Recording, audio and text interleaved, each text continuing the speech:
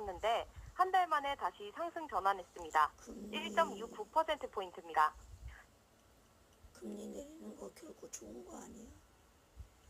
지금 우리나라 금리가 미국 FRB 금리에 비해 너무 차이가 나. 역전금리라고. 사실은 미국 FRB 금리보다 다만 0.25%라도 우리나라 금리가 높아야 되는 거야. 그래야 물가 관리에 빈틈이 안 생기는 건데, 첫째는 물가거든. 아무리 뭐 가계대출이 우리나라 경제의 뇌관이라 하더라도 첫째는 먹고 살아야 돼. 막말로 집은 정말 10평수 10평짜리에서 5식구가 살 수도 있어.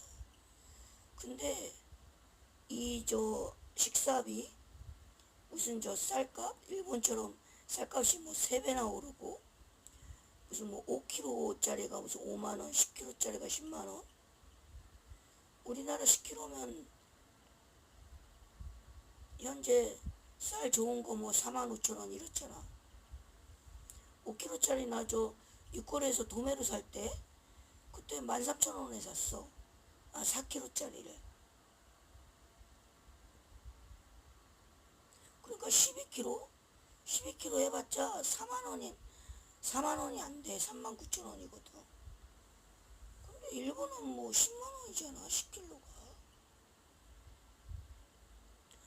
왜 그렇게 되냐면 너무 금리가 낮았어. 일본은. 일본 금리가 항상 낮지만은 심지어는 은행에 돈을 예금하면 오히려 돈을 줘야 된다고 말할 정도였잖아. 그러니까 이게 역전금리가 너무 격차가 벌어지니까는 중국에서 쌀 사재기 장사들, 그런 사람들이 엄청 쌀을 사재기를 한 거야. 말로는 일본 농협에서 쌀을 많이 사들이고 풀지를 않는다 그렇게 핑계를 대는데, 근데 그거를 막지를 못해. 일본의 그 고위급 관료들이. 왜? 그 뇌물을 거절하지 못하는 거야. 그만큼 일본 경제가 어렵다는 얘기지. 정치가 많이 이렇게 탁해진 거지. 그러니까는 일본은 중국에서 돈 많은 사람들이 일본 쌀을 막 사재기를 하니까 또 일본 쌀이 맛있잖아. 뭐 아키바레도 일본 쌀, 고시카리도 일본 쌀이 맛있거든. 그러니까는 그거를 안 푼단 말이야. 그걸 안 풀고 심지어는 그거를 따따블로 그렇게 비싸게 판단 말이야. 나중에는. 그러니까 일본 사람들이 우리나라 와서 뭐 홈플러스나 이마트 이런 데 가가지고 쌀을 사가지고 집에를 간다니까. 쌀을 뭐 4kg, 여자들은 이제 좀 힘이 딸리니까 남자들은 뭐 20kg 이렇게 사갖고 집에를 가. 싸다고. 그 왜 그래? 그만큼 일본의 금리가 미국하고 이 역전금리 차가 엄청 많이 나니까 그만큼 이제 투기 세력이 들어오는 거야. 그 사람들이 결국은 물가를 막 높여버린다고. 일본 사람들이 얼마나 밥을 많이 먹어. 옛날에 일본 사람들은 대접 같은데 그런 데다가 밥을 정말 고봉밥으로 한가득 먹어. 그리고 반찬은 조그마한 생선 하나 먹어. 아니면은 그 일본 사람들 먹는 단무지 있지. 겨자로 한 겨자인가 치자인가. 일본 사람들 먹는 단무지 있어. 뭐 그런 거 하나 먹는다고.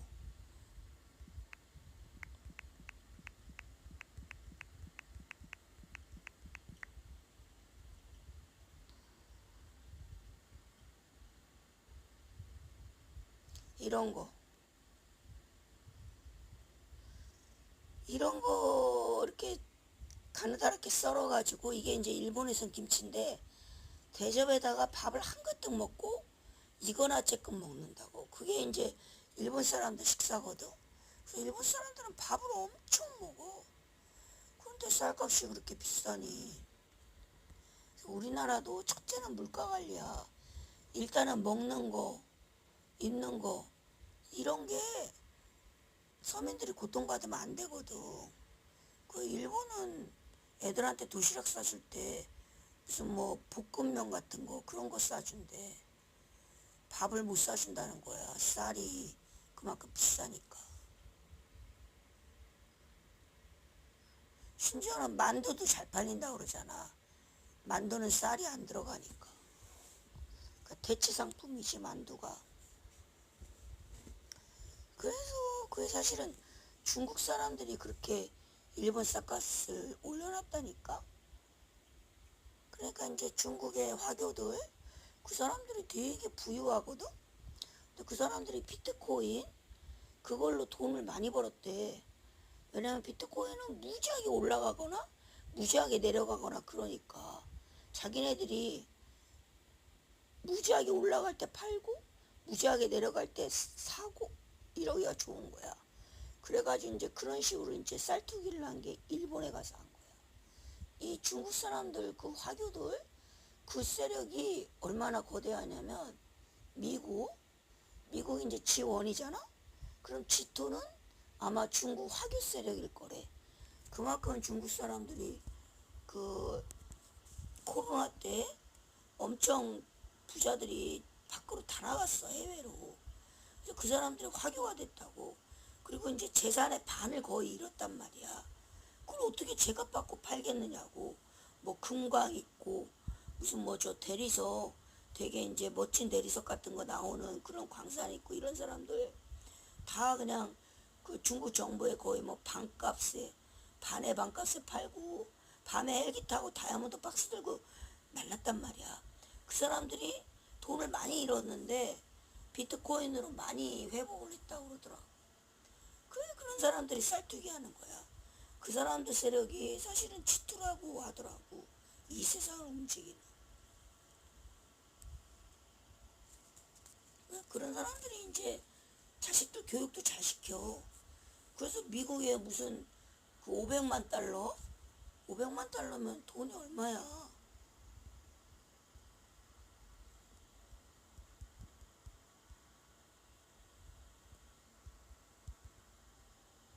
거의 한 70억 대는 그 돈을 내면서 왜 미국 그 시민권 골든카드 미국 영주권을 왜 얻으려고 해?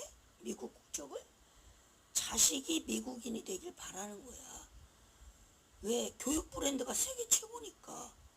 하버드대, 예일대, 뭐 펜실베니아 주립대 2위소가 이제 공부한 대학이지. 무슨 뭐 프린스턴대, 뭐 시카고대, 브라운대 이런데 그런 데서 내 자식 공부하라고 공부만 하는 게 아니라 박사과정까지 마치고 거기서 교수하고 그러려면 영주권 시민권이 있어야 되잖아. 시민권이 있어야만 내 자식이 똑똑해도 무슨 뭐 뉴욕 시장도 할 수 있고 무슨 뭐 텍사스 주지사도 할 수 있고 그렇거든. 그 심지어는 트럼프 대통령이 이제 그 재판을 해가지고 그 출생 시민권 그러니까 예를 들어서 화교들이 뭐 유럽에 살아서 이제 뭐 프랑스에 사는데 프랑스 국적이야.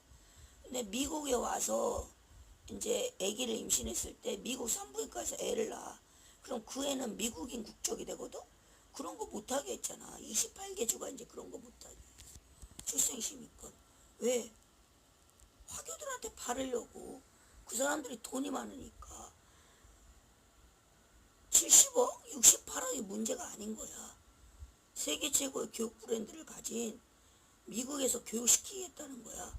그래서 미국에서 내 자식이 국회의원, 하원 의원이든 상원 의원이든 뭐 주지사든 시장이든 그런 거 하라는 거야. 화교가 사실은 지투라고. 근데 그 화교들이 사실 중국 본토 그 중국의 14억 국민들 어렵게 사는 거 되게 불쌍하게 생각하거든.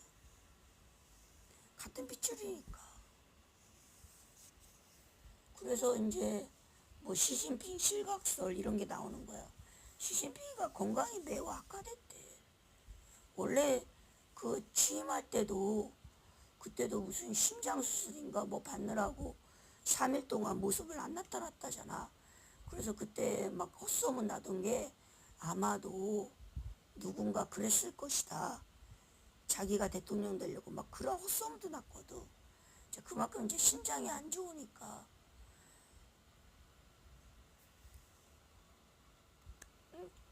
근데 이제 시진핑은 쉽게 말하자면 그 중국의 14억 그 인구를 가진 그 사실 중국은 솔직히 큰 나라잖아. 분명한 건. 그 유구한 전통이나 역사를 봐도 그렇고.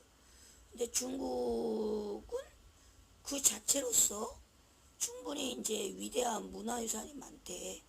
정말로. 근데 어쨌든 그 중국의 공산당을 창당한 8대 원로들이 있거든. 그 8대 원로들이 정치적 후계자를 자기 자식한테 이제 지정을 한단 말이야. 그러니까 그 유럽의 뭐 귀족들 백작, 후작, 남작, 뭐 자작, 공작 이런 사람들이 자신의 이제 그 귀족의 지위를 자식한테 이제 한 명한테 물려주잖아. 그런 것처럼. 그렇게 이제 정치적 후계자를 물려주는데 그 시진핑의 그 아버지 시중신이가 시진핑한테 물려줬거든. 원래는 그 신홍렁이라는 장남이 되게 너그럽고 굉장히 어진 성격인데 일찍 하늘나라 갔거든. 그러니까 이제 그 다음으로 이제 시중신이가 마음에 들어하는 자식이 시진핑인 거야. 시진핑이가 뭐 극진히 돌봤다는 얘기가 있어. 건강이 안 좋을 때. 그래서 이제 시진핑이가 정치적 후계자가 됐거든. 사실 그 14억 인구 그 거대한 나라 중국의 주인은 8대 원로들이야. 공산당을 창당한. 그런데 그 공산당 자체가 망했어. 21년도에. 이 14억 인구의 그 중국 국민들이 완전히 저 돌부처처럼 돌아섰다고. 그 중국 공산주의에 너무나 실망을 해서. 민심이 전심이라고. 중국이 그렇게 망해가지. 근데 중국은 망해가도 그 전 세계에 흩어져 있는 중국 화교들 그 사람들은 안 망해. 그 사람들이 지투야 사실은. 어찌되었든 그 역전금리는 대단히 위험한 거야. 언제 투기 세력이 들어와서 언제 물가를 올릴지 아무도 장담 못해. 그래서 함부로 금리를 인하하는 건 좋은 게 아니야. 집 살 사람은 어차피 사. 그리고 집값 못 갚는 사람은 어차피 못 갚아. 그거는 국가가 조금 그 좀 돌려줘야 돼. 쉽게 말하면 그 집이 싸게 경매로 넘어가면 은행이 손해니까는 그 집을 필요로 하는 실수요자들 그런 사람들을 이제 그 쉽게 말하면 시스템 개발을 해서 연결을 시켜서 실수요자한테 이제 넘기고 대출 조건은 조금 좋게 하고 예를 들어서 변동금리가 아니라 고정금리로 한다든지 뭐 5% 고정금리 30년 그렇게 한다든지 뭐 그런 식으로 해야 돼. 그리고 이제 보험도 좀 파는 거야. 생명보험 같은 거. 중간에 돈을 잘 버는 가장이 하늘나라 가면 좀 냉정한 얘기지만 그 집은 어떻게 되냐고. 은행이 손해잖아. 싸게 경매로 넘어가야 되니까. 그러니까 이제 생명보험금을 받으면 중간에 이제 가장이 하늘나라 갈 때 그때 그 생명보험금으로 어느 정도 이제 안정을 이루게끔 그 집에 대한 이제 이자와 원금을 갚을 수 있게끔 그렇게 이제 방카슈랑스라고 하지. 그 은행 플러스 보험 형태로 그렇게 생명보험도 팔아야 되고 주식도 해야 돼. 그 사람들 주식을 안 하면 솔직히 부자 되기 힘들어.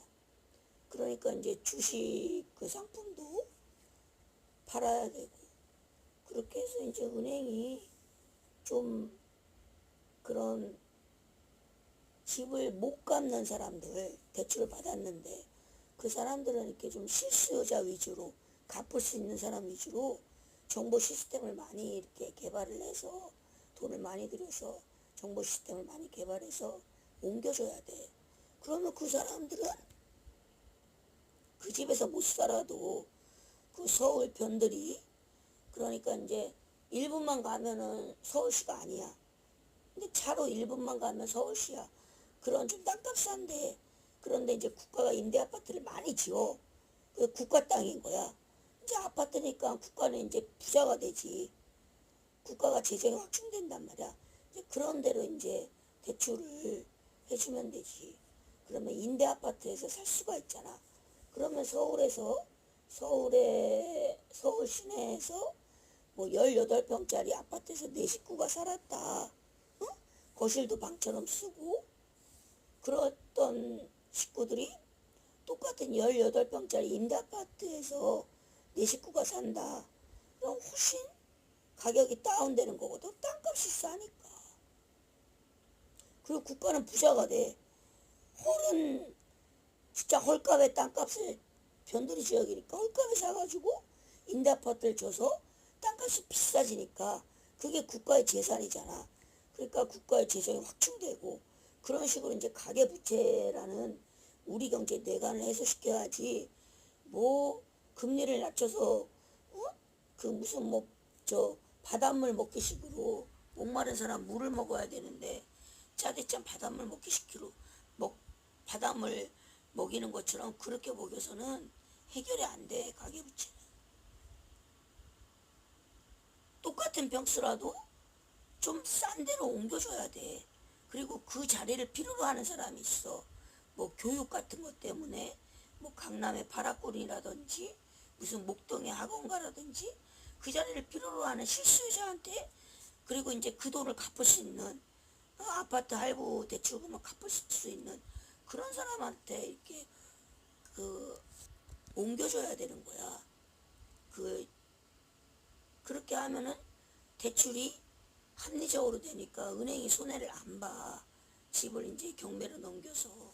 그리고 뭐든지 집이라는 거는 첫째는 땅을 확보해야 돼. 그러니까는 일단은 땅을 살 생각을 해. 다만 10평이라도 땅을 사면 실평수 6평짜리 농막형으로 공장에서 나오는 집으로라도 지을 수가 있잖아. 일단은 땅을 사고 그 다음에 집을 지을 생각을 해. 그러면 어떻게든 내 집은 마련할 수가 있어. 막말로 내가 이제 한 달에 300만 원 월급 받는데 보통 이제 30만 원짜리 메이커를 사. 뭐 구두를 사든 양복을 사든 뭐 가방을 사든 뭔가를 내가 산단 말이야. 열쇠 고리를 사든 비싼 뭐 그 멋진 뭐 그 남자들 왜 벨트 좋아하는 사람 환장하게 좋아하지. 벨트를 사든 벨트와 지갑을 사든 그런 걸 사지 말고 한 달에 그 30만 원을 아껴서 내가 10년 동안 3,600만 원을 모아서 그 돈을 이제 주식으로 10년 동안 이제 주식을 해가지고 30만 원씩, 그래서 내가 한 1억 정도 이상을 벌겠다. 내가 그 안에 땅을 사겠다. 다만 20평이라도. 그래서 내가 그 20평 안에 다만 뭐 10평짜리라도 실평수 10평짜리라도 내가 2층 집을 짓겠다. 그러면 실평수 20평짜리 2층 집이잖아. 그러면 뭐 자기네 식구 못 살겠느냐고. 그렇게 마음을 굳세게 먹고 돈을 벌어야 집도 사는 거야.